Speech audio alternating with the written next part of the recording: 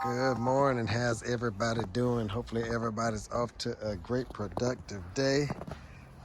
So we've been hit by a pretty decent snowstorm.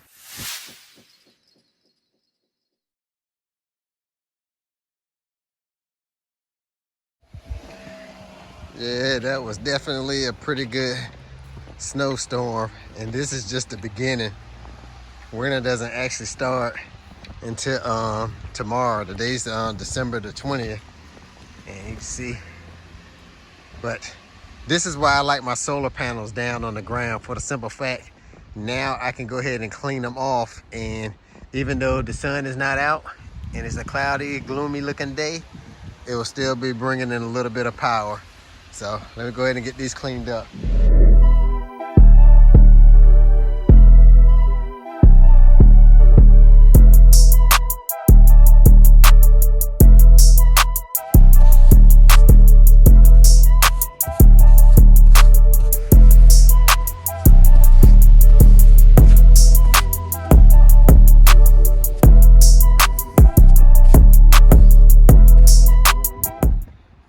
All right, y'all, so this is gonna have to do for now.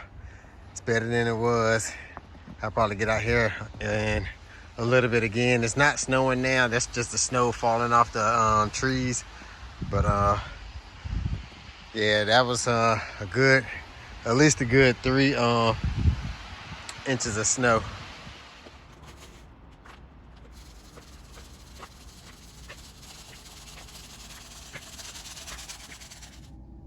So I got everything taken care of outside. Wanted to sprinkle some ice melt down. I didn't want to walk out the house and end up falling. So even though all this is going on out there, I still have all this going on in here.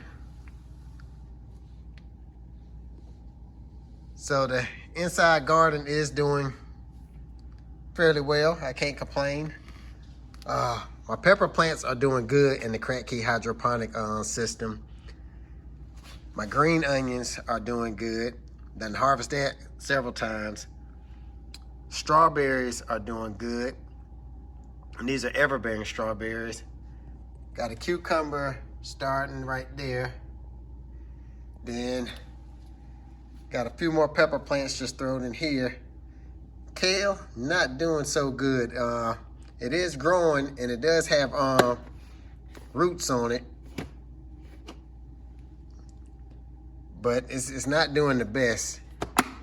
I just changed the solution on it. And my reasoning for going to the crack key hydroponic method, because for those who've been following the channel know that I do container garden and I usually do it outside in the soil. But I know a couple people was, asking about like my animals and all the stuff. So I know that a couple people missed a couple videos. So for those who may have missed a few of them, I moved from North Carolina to Illinois. So that's why I no longer have any more animals. So when I moved, I ended up getting rid of the chickens, the rabbits, and the quail. So I have nothing but just my 2 dogs. And the only plants I ended up bringing with me was 2 pepper plants. I ended up giving all my fruit trees to my in-laws, so they have them, and they have them on their property. So once I get my forever home and property, then all I have to do is go get some cuttings from them as far as the fruit trees go. But this pepper plant is the only one that survived out of the 2 that I bought. I cut this one down to overwinter it, and then I end up transplanting it into the crack key hydroponic system. I originally had my stuff in soil, and you can actually see some of the pots and stuff right there. And some of the, a few right over there, all covered in snow. And the first little snowstorm we got killed everything I had outside. So once that happened, I was like, okay, I know the growing season is shorter here and it's a different grow zone. So with me messing with hydroponics several years ago, made me go back to this method right here to prolong my growing season. And plus, anybody who's in the gardening know how long it takes for stuff to grow and produce, especially when it comes to pepper plants. And that's why a majority of these containers in here are pepper plants. And just to name a few of what I got growing, I have cayenne, California sweet, jalapeno, green hot pepper, yellow pepper, mixed peppers. So this right here is just gonna give me a jump on the growing season. So when everybody else start planting their seeds, I will already be harvesting. And for those who've been following the channel, know that when it comes to gardening, I'm gonna tell you the good, the bad, and the ugly. So the pepper plants seem to like the Crack Key hydroponic system set up. Same with the green onions, the strawberries. Like I was saying, the kale, not so much. But see, I don't know if it's the kale itself or is it the way that I started the seeds. And like I said earlier, majority of these were started in soil, then I rinsed them off and transplanted them all into the Crack Key hydroponic system. The kale, I actually started in rock wool. And it's gonna be hard to see, but the rock wool is actually molding.